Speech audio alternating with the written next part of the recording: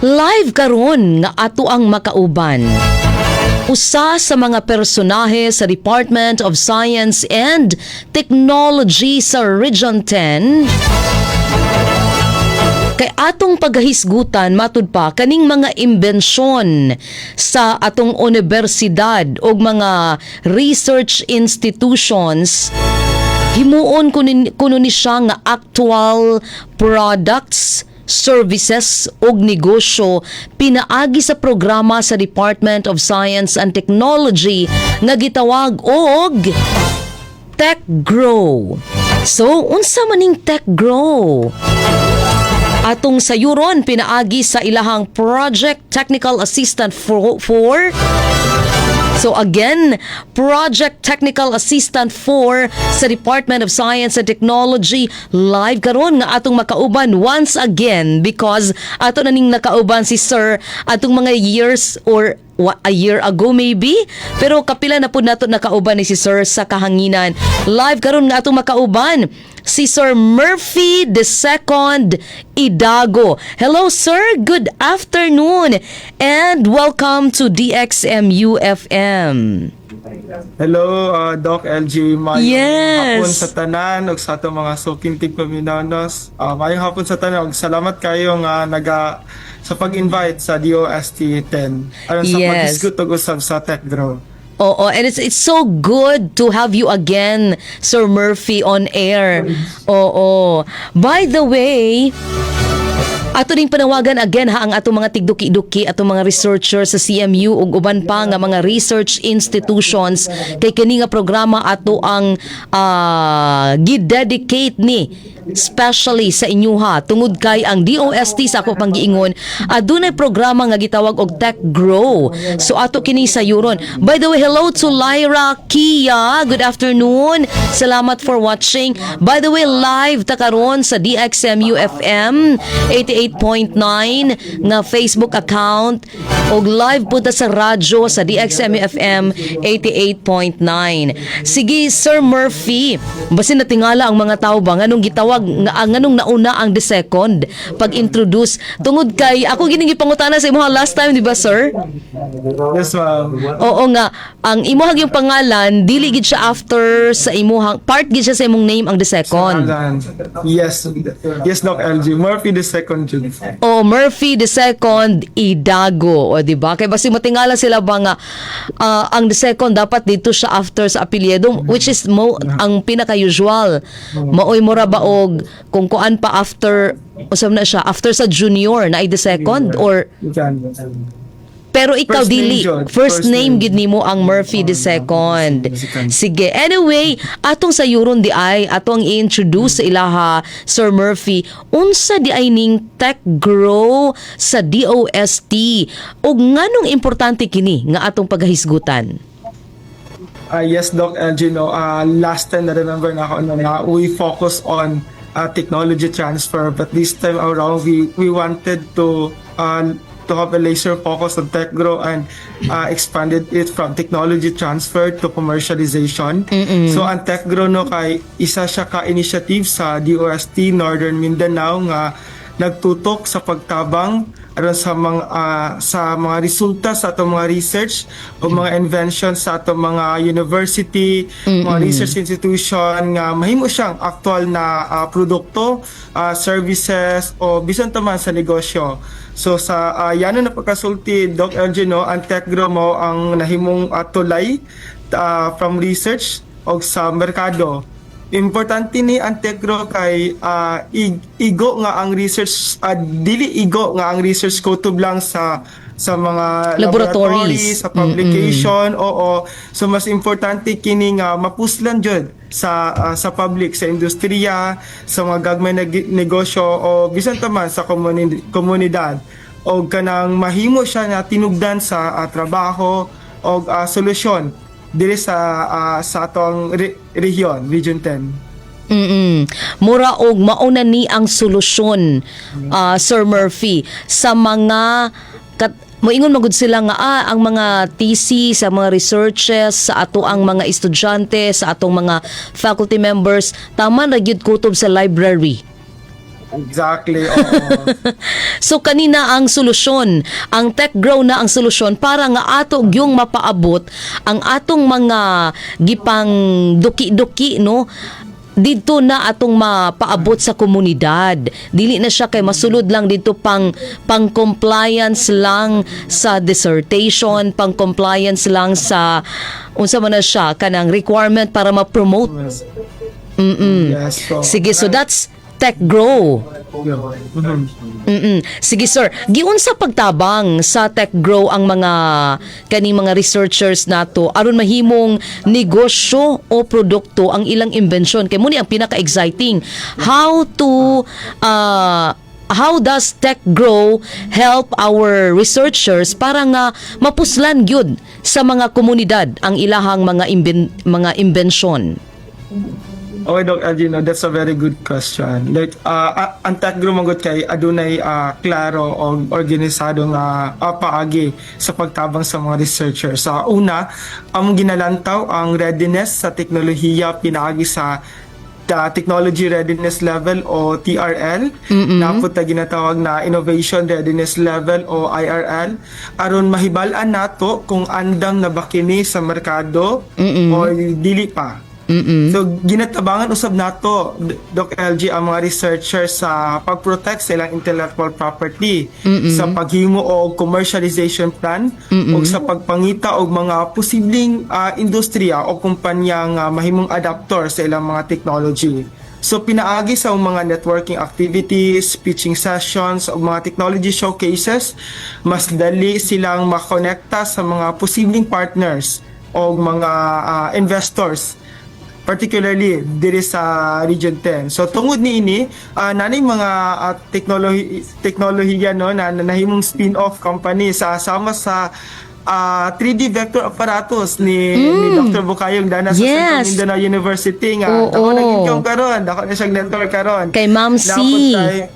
Yes, ma'am. Ay napot tay Sayote Cookies sa USTP. Wow. Na gina-license pod diri sa Cagayan og nagigabaligyan na pod, and ang pinakabago ang ato ang infraspec sa MSU IIT nga gina-avail na pod, ginagamit na pod sa mga government nga mga project. So sa lakto na pagka-istorya Doc LG no, ang papel sa TechGrow mao ang paggiya jud sa researchers na gikan sa IDEA paingon sa tinud-anay nga impact. Nakahisgot ka og technology readiness level. Unsa man ni siya, Sir Murphy? Is this an app, a device, or a survey? Okay. It is a tool. Ginagamit siya nato aron pag-measure sa kanang readiness sa technology as what the name implies. So ang level natay level 9. So pananglitan if napaka sa aviation na stage, that's level 1 of the TRL. So kung naga-practice na, naga-experiment na ka sa laboratory, that's level 4. So it is just a tool, but it's a useful tool to measure your technology readiness. So it's a tool. Bali, isubmit nila ang ilang paper sa inyo sa DOST, then kamo na mo assess.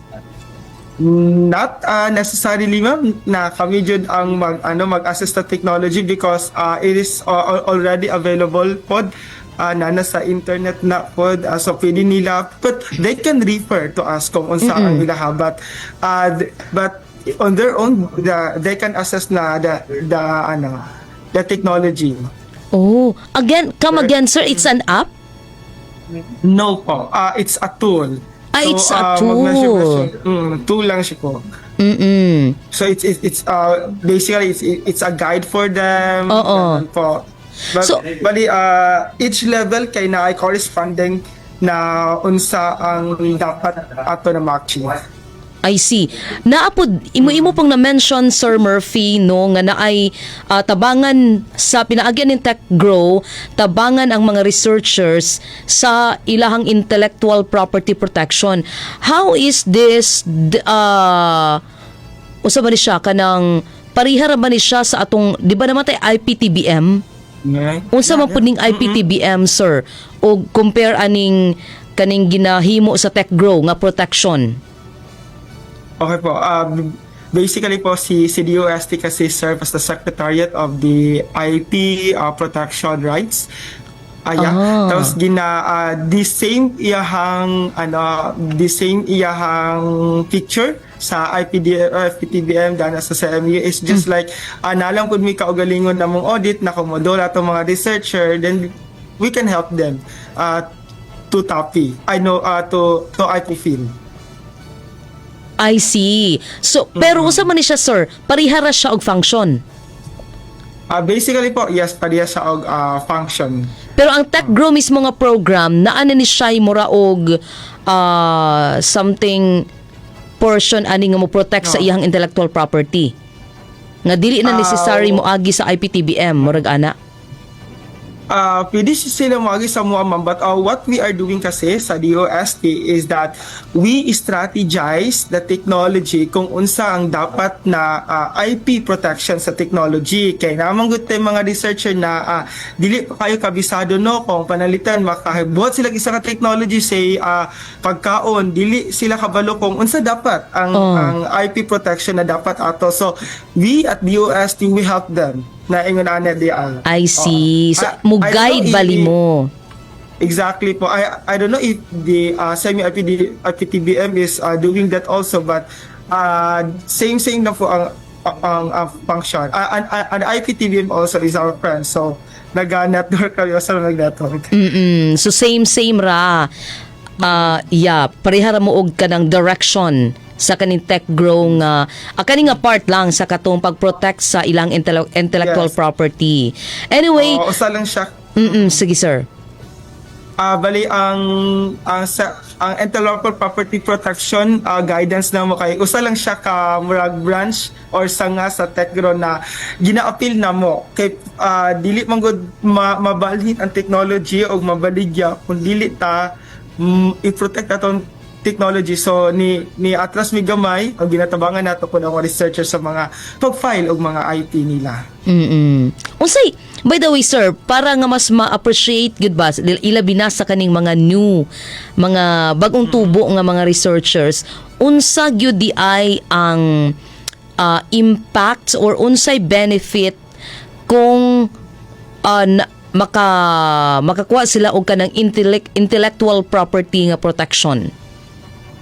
Okay po importante kayo ang intellectual property right and protection. It's because it's the identity man God na ang technology ka ilaha jud. So it kanang the ownership na dili na makuan, dili na mailog sa lain. And in the long run kung good mom kung if Doc Elgino kung if dili nato maprotektahan atong ang technology tapos nagsugod na taog baligya, nagsugod na na income, pwede siya makuha sa uban kaya wala man nato gi-file. So it's really necessary nga as ideation stages pa lang sa pag-think pala nato og technology tapos nakita na nato nga kani akong technology gi-invest og time and effort mo kita ni in the future. So sa sayo pa lang gina-protect na nato. Yes. Ingon na ka kanindot kay intellectual property rights is not just a rights common rights nga pwede nato ihatag sa uban. It's an ownership. Busa in case nga naa na pod halimbawa same gyud kay giawat ang imuhang study. So na nakay-claim nga ako ana originally. Yes po. Oo. Unsay first to file kasi ikailahamang godayon. Yes. Unsay ni kuan ako sir no na trap ko sa katong intellectual property sir ba? Yeah, it's okay po. Oo. Pero kuan sir, unsay kanang ma-benefit sa katong nakakuha og intellectual property protection kung in case halimbawa na ay nag-awat sa iyang study? Unsa man yang ma-demand? Pwede ba siya maka-demand og payment? Or kasuhan niya? Yes, kung naay gakuha siyang technology no na iyahan ng technology so si katong nakuha siyang technology kay wala day kabalo wala research na naglando sa internet or kuan kanang freedom to operate search, ganun bitaw. So, pwede na to siya, itap lang sa siguro to, kuan una na, oy, ako ng technology. Kuan, hatagan na to siya, o kuan, kanang IPO field na registration. Tara, pakita sa iya. Kung dili dyan matubag storya, then, we can call, and this is subject by the law. We have the IP code of the Philippines, RA 8293. So, pwede na to sila, kasuhan kung maabot na dana. But kung kaya may istoryahan, ginaistoryahan sa nato. Yeah. Oo, kung kaya istoryahan, kuan na lang yun, no? Mo na lang yun na. Kaysa sa moagi pa og mga kaso-kaso. Sige, anyway, sa ako pang giingon kaganina nga daghan tag mga researches, no, nga nagpabilin lang sa laboratorio, nagpabilin lang sa kuan kanang library or uban pa nga mga nagpabilin baka sa mga hunos kay igo ra na human og research wala na, goodbye na dayon kanang giunsa man karon or unsaon man sa tech grow pagtubag ang gap no kani agwat or gap tali sa research og sa industriya. Tinuod Doc Elgin no na daghan kay research ang dili dayon maabot sa merkado kay lahi man gud ang pananaw sa academe ug sa industriya. So ang mga researcher kasagaran naka-focus di sila sa technical side.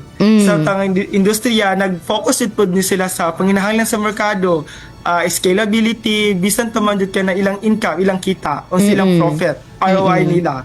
So maugyud ni ang gustong tubagon sa tech grow. Among gitagbo ang duha ka side, ang research ug ang industry aron masiguro nato nga ang teknolohiya dili lang maayo sa technical side kun dili gikinahanglan gid siya sa merkado. Kung dili angay usab ni ibaligya jud. Kauban ang mga knowledge transfer and technology officers, administrators, legal o mga financial expert, no, naghimo kami og environment diin sayo pa lang magkasinabot na ang researchers og industry partners. So sa ingon mas dako ang tsansa na ang research mahimong aktwal nga mapuslan jud sa merkado kay dili manggod tanan research gikinahanglan di ay. So ginagayda nato ang mga researchers na kung maghimo man gani sila og research, naghimo man gani sila og technology na ay mo gamit in the future, in the long run. Wala na atong ginalantaw sa tech grow. Meaning, halimbawa, before na mga researchers no sa mga state universities and colleges or sa mga research industries, before sila mag-propose pa lang, sir, na mo'y intervention? Before mag-propose, yes, it's good no na before mag-propose for actually gina-introduce na nato sa ilahan, no, but namanggoy mga mga researchers doctor no na sila sa siguro mga taas na level tapos pagdoli na sa mo ay dili pa di ngani ka unsa na kademandi ay ang technology ilang research, so nato sila ginapasabot. I see. Last week Dok, no, naghimo ta og usa ka training workshop sa ato ang mga para sa atong mga researchers sa mga dili pa sa mga eskwelahan nga dili pa wala pa jud kasayuran sa sa technology transfer and commercialization. Wala pa nila kaayo nalantaw kung unsang iyang kapuslanan sa ilang research paingon sa merkado. So nindot to na time kay sa sayo pa lang na ato nang na-introduce sa ilaha na before dito mag-research kinahanglan di ay na atong research gidemand sa maong industry. Yes. By the way, Sir Murphy, before ta magpapadayon, no, ang TechGrow, is it an acronym? Yes po, ang TechGrow. Technology, entrepreneurship, collaboration, harmonization of growing regional opportunities on wealth creation. Okay, TechGrow na lang yun. TechGrow. Kay murag taas man gyud ay kaayo siya. Mao di nga TechGrow ang iyang giname kay haska man gyud ay taas sa murag dili na to kaya nga istorya nga kuan. Yeah. Oo, kay murag kinahanglan pa nimo memorizon. Technology sa to again, sir? Technology, entrepreneurship, collaboration, on harmonization of growing regional opportunities on wealth creation. But the heart of the tech grow, ma'am, no, kay kanid yung opportunities. In the long run, we always make sure na ang atong research kay mahimo siyang oportunidad sa tagsa-tagsa. Correct. Oo. Anyway, alas 3:32 na nawala ko na ako'y pangutana unta pero nawala ko sa ako ang tungod sa tech grow nga meaning nga taas day kaayo siya. Okay. Di ba naka-mention naka-ask ko kaganina kung before sa pag-propose na intervention. Okay, kani siya sir. Curious lang ko, kani bang tech grow is for katong mahilam nga technology? Meaning kana bang na-gets ni mo sir? Kana bang ang tech grow ba is katong mga visible and like halimbawa machine or ibutanta harvester kana mga technologies sa siya nga buhat man sa atong mga researchers nga corn harvester ingana. So muna akong ginamin sir, ang tech grow ba is exclusively for that purpose or pwede siya sa mga dili mahilam nga mga technologies? Okay, that's a very good question, Doc Algina. Actually, basically, the technology, not necessarily a digital one. The technology is katong gidemand kanang solution siya sa problem dapat. So lain-lain ang kategory sa technology, no? Pwede Correct. siya mahimong pagkaon or beverage, pwede siya mahimong device, pwede siya mahimong equipment, pwede siya mahimong service, pwede siya kanang Internet of Things or robotics. Ingon ana. So not necessarily na kinahanglan jud ang mahilam na mga technology. If a certain place naga-encounter malnutrition, then you can innovate something, and that's the technology that can answer the problem of the certain place. So pwede siya ingon ana. Dili siya but good thing pud no kay nasa ato ang region pod sa region 10 naga-emerge pod no og mga smart city, then we can also adapt sa mga services, mga e-government services perhaps, pwede po natin siya ma-innovate ganun. Naka-mention naman yun tanong nga kani para sa mga researchers ang tech grow pero kinsa pag yun di ay ang kanang mahimong makabenepisyo aning tech grow nga program? Yeah.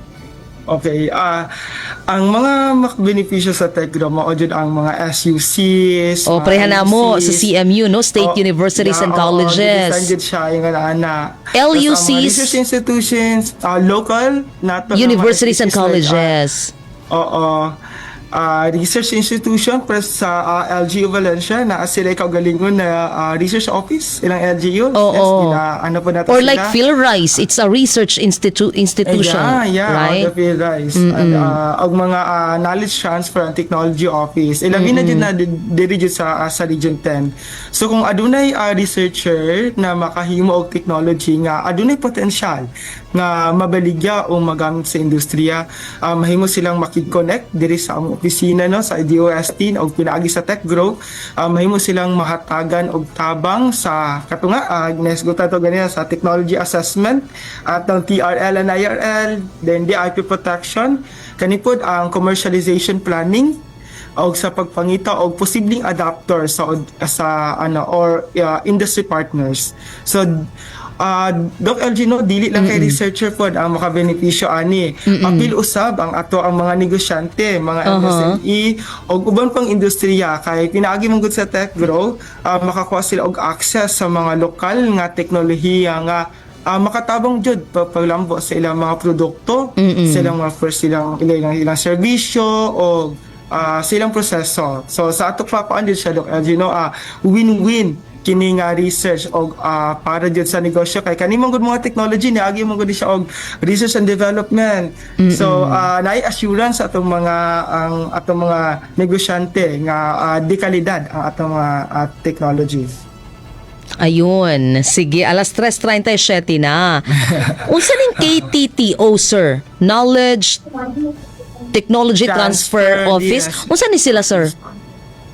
Okay po, the same po no ang mga KTTO po, Doc LG, sila na ang mga naka-station sa mga eskwelahan.